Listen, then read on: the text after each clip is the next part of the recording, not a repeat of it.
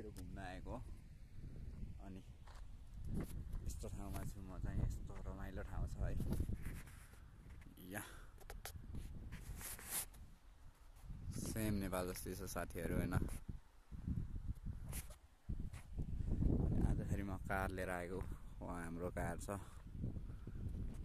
हेरौँ है साथीहरू असली नजारा हैन जन्नत कस्तो देखिन्छ त स्वर्ग जस्तो ठाउँ भन्दा कस्तो ठाउँलाई भन्छन् त भन्ने कुरा हेरौँ है त कस्तो देखिन्छ अब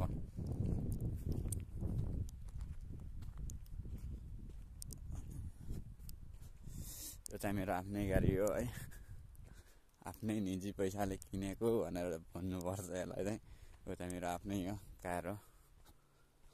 धेरै महँगो त हैन सस्तै हो सेकेन्ड ह्यान्ड ल्याएको हेरौँ साथीहरू यस्तो ठाउँ छ यस्तो भिड एकदम रमाइलो ठाउँ मिठो छ ठाउँ